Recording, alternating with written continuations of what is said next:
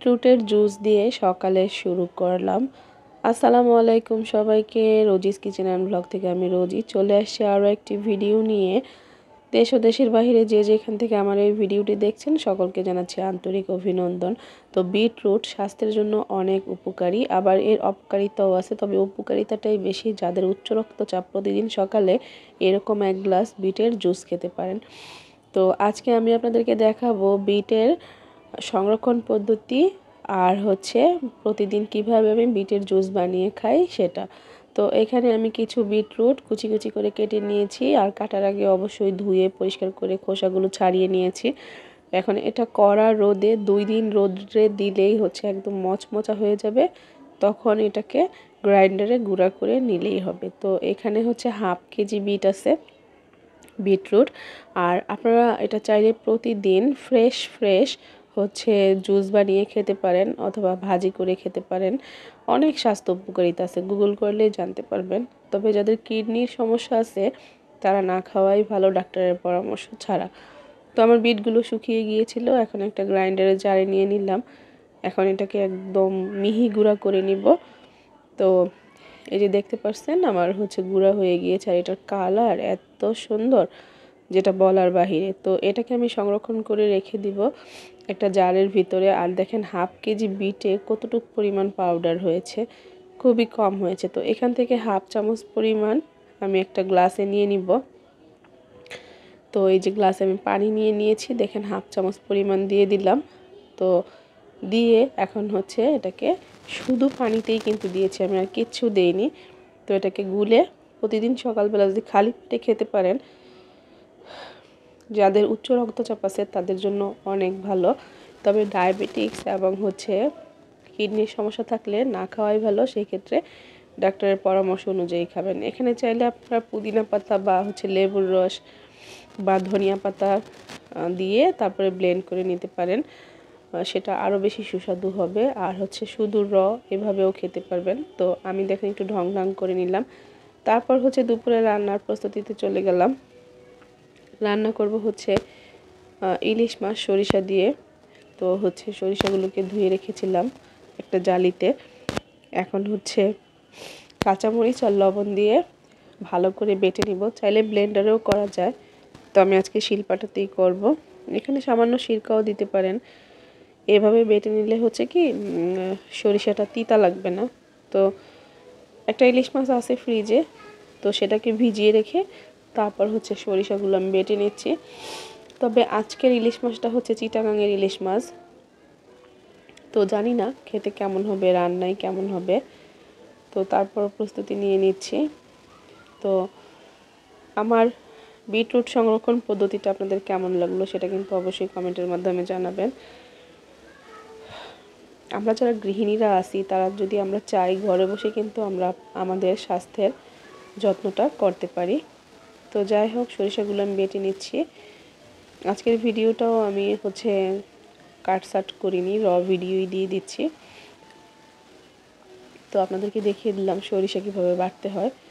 তো অবশ্য আমরা সকলেই জানি যে সরিষা কীভাবে বাটতে হয়। তো আমি আপনাদের সাথে শেয়ার করছি, কারণ যেহেতু আমি একটা ভিডিও দেওয়ার জন্য একটা চ্যানেল খুলছি, তাই আপনাদের সাথে সব কিছুই আমার ভালো লাগা মন্দ লাগা শেয়ার করে থাকি। তো সরিষাগুলো বাটা হয়ে গিয়েছে, মনে হচ্ছে আরেকটু মিহি করা দরকার, তাই মিহি করে নিচ্ছি। ব্লেন্ডারে করলে কিন্তু অনেক কম সময়ে হয়ে যেত। তবে ব্লেন্ডারের সরিষা বাটা পেস্ট আর পাটায় পিষাটা দুইটার ভিতরে আকাশ পাতাল তফাৎ। যারা আমরা রান্না করি তারা আমরা সেটা খুব ভালো জানি। তো সরিষা বাটা হয়ে গেলে আজকে সরিষা দিয়ে ইলিশ মাছটাকে মাখিয়ে রান্না করব, আর সাথে থাকবে বেগুন ভাজা। তো এই দুইটা খাবারই আমার হাজব্যান্ডের আবার খুব পছন্দ, তো ওর পছন্দ অনুযায়ী রান্না করে দিব। তবে আমার ডাউট যে যেহেতু চিটাগাঙের ইলিশ, এটা খেতে অত একটা স্বাদ হবে না। আমি যতটুকু জানি যে চিটাগাঙের ইলিশগুলো খেতে অত একটা স্বাদ হয় না আর কি। তো সব বেটে বুটে নিলাম। আসলে আমরা যারা গৃহিণী আছি আমাদের কিন্তু বাটাকোটা করতে অনেকটা সময়ই চলে যায়। তো সকালবেলা ঘুম থেকে উঠে নাস্তা টাস্তা খেয়ে তারপরে হচ্ছে করে নেওয়া আর কি। তো যাই হোক, এই রান্নাটাই হচ্ছে পেঁয়াজ হালকা বেটে দিব, একদম মিহি বাটা দিব না বা হচ্ছে ব্লেন্ড করা পেস্টও দিব না, আধা বাটা করে নিব আর কি। তো এক মোট পেঁয়াজ কুচি নিয়েছিলাম, এখানে হচ্ছে হাফ কাপের মতো আছে, আর আমার মোটের এক মোট নিয়েছি আর কি। তো সেটা হাফ বাটা করে নিলাম। এখন এই যে দেখেন, এখানে হচ্ছে একটা ইলিশ মাছ, 4 পিস মাছ, লেজ মাথা, তো কেটে কুটে পরিষ্কার করে নিয়েছিলাম, সেটা দিয়ে দিলাম কড়াইতে। সাথে পেঁয়াজ হাফ বাটাটা দিয়ে দিলাম, আর হচ্ছে যে সরিষাগুলো বেটে রেখেছিলাম সেগুলো দিয়ে দিলাম। এখানে রসুন বাটা দিয়ে দিব। ইলিশ মাছে আদা বাটাটা আমার অত একটা ভালো লাগে না খেতে। তো দিয়ে দিলাম হচ্ছে লবণ, হলুদ, মরিচ, ধনিয়ার গুঁড়া মিক্স করে নিয়েছি, এখানে হচ্ছে 2 চামচ পরিমাণ দিয়ে দিলাম। তারপর এখানে রান্নার তেল দিয়ে দিব। সরিষার তেল দিলে ভালো হয়, আর যেহেতু আমি সরিষা বাটাই ব্যবহার করেছি সেজন্য রান্নার সয়াবিন তেলটাই দিলাম। আপনারা সরিষার তেল দিবেন, তাহলে বেশি ভালো হবে। তো এখন হচ্ছে হাত দিয়ে খুব সুন্দর করে মেখে নিচ্ছি, আর আমার হাত কিন্তু ধোয়া আছে। আপনারা চাইলে চামচ দিয়ে মেখে নিতে পারেন, এটা হচ্ছে আপনাদের ইচ্ছা। তো এখন খুব সুন্দর করে মেখে নিচ্ছি, আর হচ্ছে হাত দিয়ে মেখে রান্না করলে আমার কাছে মনে হয় যেরকম একটা আলাদা একটা মজা লাগে। তো খুব সুন্দর করে প্রত্যেকটা মাছের পিস মেখে নিলাম, যাতে পরতে পরতে ঢুকে যায় মশলাগুলো। তারপর হচ্ছে এখানে ঝোলের পানি দিয়ে দিব, আর হচ্ছে 2টা গোটা কাঁচামরিচ দিয়ে দিব। তো চারপাশ থেকে মশলাগুলো নামিয়ে টামিয়ে নিলাম। আপনাদের কার কার পছন্দ সরষে ইলিশ? আমার তো খুব পছন্দ। কমেন্টের মাধ্যমে কিন্তু অবশ্যই জানাবেন। আর আপনারা সবাই চেষ্টা করবেন পুরো ভিডিওটি দেখার। পুরো ভিডিও না দেখে কেউ হচ্ছে কমেন্ট করবেন না। তো পানি দিয়ে দিলাম এবং চারপাশ থেকে সরিষা এবং মশলাগুলো নামিয়ে নিচ্ছি। একটা ঢাকনা দিয়ে এখন হচ্ছে চুলাতে বসিয়ে দিব। তো চুলা জ্বালিয়ে দিলাম। তো ইলিশ মাছ রান্না করতে কিন্তু বেশি সময় লাগে না, অল্প সময়তে হয়ে যায়। আর একবারে যেহেতু মেখে বসিয়ে দিয়েছি, এটা আর নাড়াচাড়া করার কোনো দরকার নেই। ঢাকনা দিয়ে বসিয়ে দিলাম। ফিরে আসলাম কিছুক্ষণ পরে, বলক ফুটে এসেছে। এখন একটু ঝাঁকানি দিয়ে দিব, না হয় আবার মাছগুলো ভেঙে যেতে পারে। তো ঝাঁকানি দিয়ে আবার কিছুক্ষণ ঢাকনা দিয়ে বসিয়ে রেখে দিব।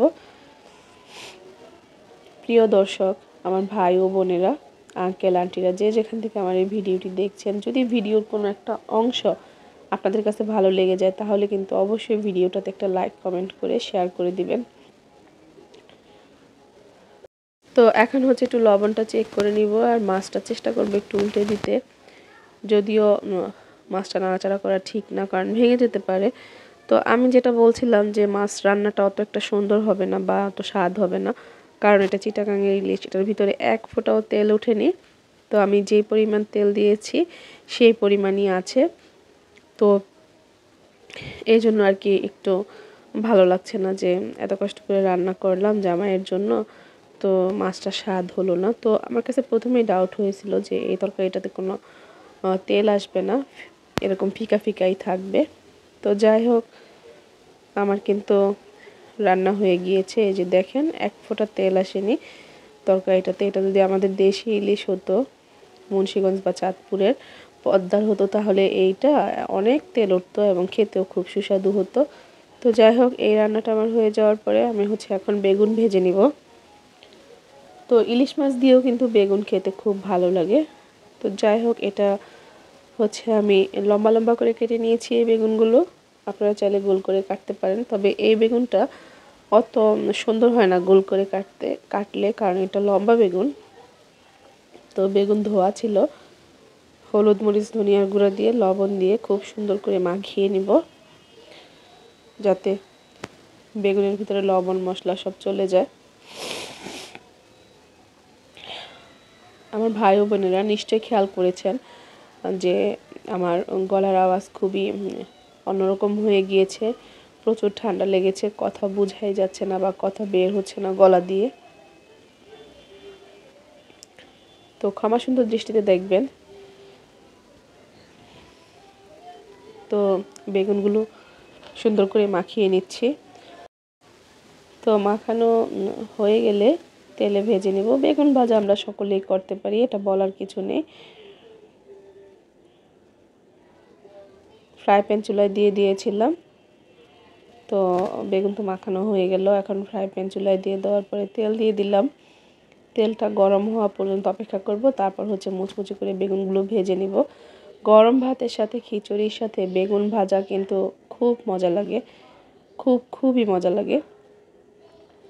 তো একটু মচমচা করে ভেজে নিব, যাতে পুড়ে না যায় সেই দিকটাও খেয়াল রাখতে হবে, কারণ বেগুন ভাজা পুড়ে গেলে কিন্তু অত একটা স্বাদ লাগে না। তো একে একে অনেকগুলো পিস একসাথে দিয়ে দিলাম, দিয়ে তারপরে হচ্ছে উল্টে পাল্টে ভেজে নিব। তো এখন হচ্ছে একটু ফ্রাই প্যানটা ঝাঁকানি দিয়ে দিলাম যাতে নিচে লেগে না যায়। অলরেডি উল্টে দিয়েছিলাম আমি, এখন হচ্ছে আবার হচ্ছে উল্টে দিচ্ছি। তো জালটা একটু কমিয়ে দিয়েছি চুলার। তো এইভাবে ভেজে নিব বেগুনগুলো। তো আজকে হাজব্যান্ডের পছন্দ অনুযায়ী রান্না করছি, দেখি তার কতটা ভালো লাগে খেতে। তো এতক্ষণ যারা আমার পাশে ছিলেন, আমার ভিডিওটি দেখেছেন, সকলকে অসংখ্য ধন্যবাদ জানাই। যারা চ্যানেলটি এখনও সাবস্ক্রাইব করেননি, সাবস্ক্রাইব করে দিয়ে পাশে থাকা বেল আইকনটি বাজিয়ে দিবেন, তাহলে পরবর্তী ভিডিও নোটিফিকেশন পেয়ে যাবেন। আর দেখেন বেগুনগুলো কতটা ইয়াম্মি হয়েছে, ভাজাটা একদম মচমচে হয়েছে। তো আরেকটু উল্টে পাল্টে তারপর হচ্ছে নামিয়ে নিব।